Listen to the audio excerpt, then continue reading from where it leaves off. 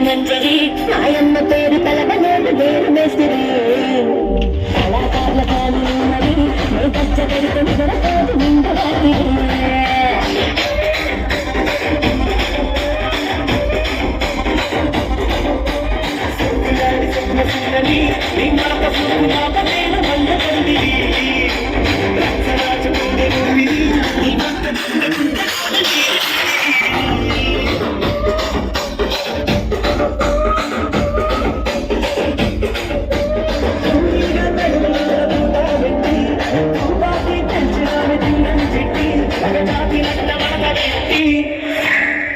కుర్చీని మాట్లాడబెట్టి